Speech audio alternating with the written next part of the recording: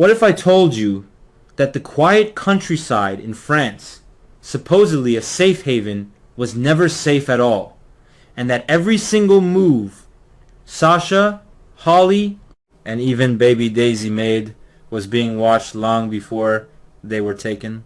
I'm starting to think this wasn't just a kidnapping, it was a carefully staged psychological trap designed to break Ethan Lovett from the inside out. Because the more I look at this storyline in General Hospital, the more I feel like something far more disturbing is happening beneath the surface, and I might be wrong, but the clues are there if you really pay attention. I think the biggest red flag isn't the kidnapping itself, it's how easily it happened.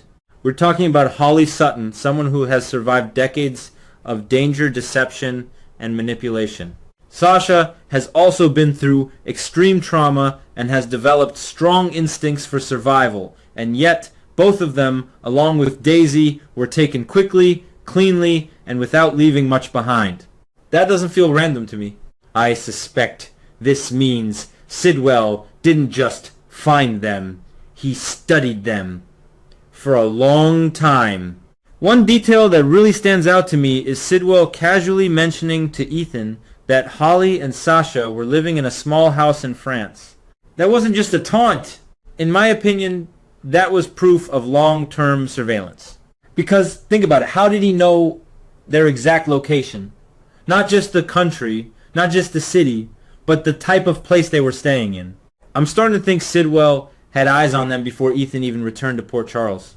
It could be that Sasha's decision to leave town wasn't as private as she believed. Or worse, someone may have unknowingly led Sidwell straight to them. Another thing I can't ignore is the timing. Ethan comes back to town, and almost immediately, Sidwell acts. That's not coincidence. I feel like Sidwell was waiting for Ethan to return, waiting for the right emotional leverage, waiting until he could hit him where it hurts the most. Because if Sidwell had kidnapped them earlier, it wouldn't have had the same impact. Ethan needed to be present, emotionally reconnected, before the attack happened. That makes this personal. Not impulsive, but calculated. Now, I could be wrong, but I see a few possible explanations here. Theory 1. Sidwell is testing Ethan, not just controlling him. I suspect this isn't just about stopping Ethan, it's about measuring him. Sidwell may want to see how far Ethan is willing to go, how much he can endure, and what choices he'll make under pressure. Because someone like Sidwell doesn't just eliminate threats, he studies them first. Theory 2. Ethan was always part of a bigger plan. I'm starting to think Ethan's return wasn't just a random storyline development.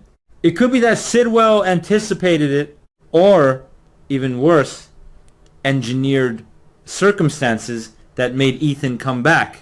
That might sound extreme, but in my opinion, Sidwell's level of control suggests he plays a much longer game than we initially see. Theory 3. The real target isn't Ethan, it's everyone around him. Here's where things get darker. I think Sidwell may not care about Ethan as much as we assume.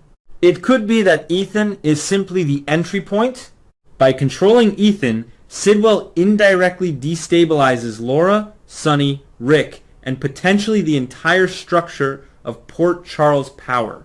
That makes this kidnapping feel less like a personal attack and more like the opening move in a much larger strategy. What really stands out to me is how Sidwell chooses to attack. No guns. No public confrontations. Just pressure. Emotional pressure. I feel like that's what makes him more dangerous than typical villains. Because Ethan can fight physical threats, but this forces him into silence, into obedience, into isolation. And I think that's exactly what Sidwell wants. Now let's talk about Holly, because I don't think she's as helpless as the situation suggests.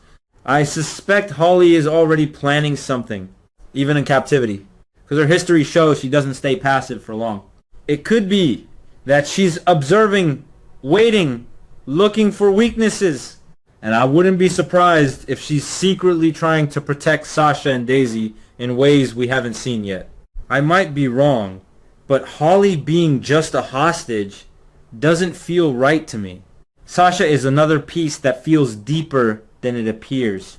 At first glance, she's the vulnerable one, the emotional center, especially with Daisy involved. But I'm starting to think this situation could push her into something stronger. Because when Daisy is threatened, everything changes. In my opinion, Sasha's fear might evolve into something much more dangerous, determination. And that could make her unpredictable. And then there's Daisy. I feel like Daisy isn't just a hostage. She's the emotional trigger for everyone. For Sasha, she represents everything. For Holly, she becomes someone to protect at all costs. And for Ethan, she's the breaking point. I think Sidwell understands that completely. Because threatening Daisy isn't just cruel, it's strategic. It ensures Ethan can't think clearly, can't act freely, can't risk anything. This is where the story becomes truly intense. Ethan is trapped in a no-win situation. If he obeys Sidwell, he protects them, at least temporarily. But he also becomes part of something dangerous. If he resists, he risks their lives. I feel like this is the core of the entire storyline. Not action, not revenge, but control. And the slow dismantling of Ethan's freedom. Meanwhile, Laura, Sonny, and Rick are starting to see pieces of this puzzle. But I think they're still underestimating Sidwell. Because the fact that he's watching all of them at once, that suggests coordination on a level we haven't fully seen yet. I suspect Sidwell isn't reacting to events. He's shaping them. And that means every move they make could already be anticipated. But here's where I think things could shift. I might be wrong, but I feel like Sidwell may have made one critical miscalculation. He assumes fear will control Ethan. But what if it doesn't? What if it does the opposite? Because there's a difference between controlling someone and pushing them too far.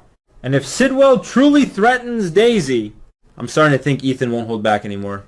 In my opinion, this could transform Ethan completely. Not into someone controlled, but into someone relentless.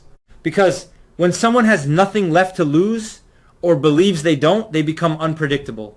And that's something even Sidwell might not be prepared for. So when I look at this entire storyline, I don't just see a kidnapping.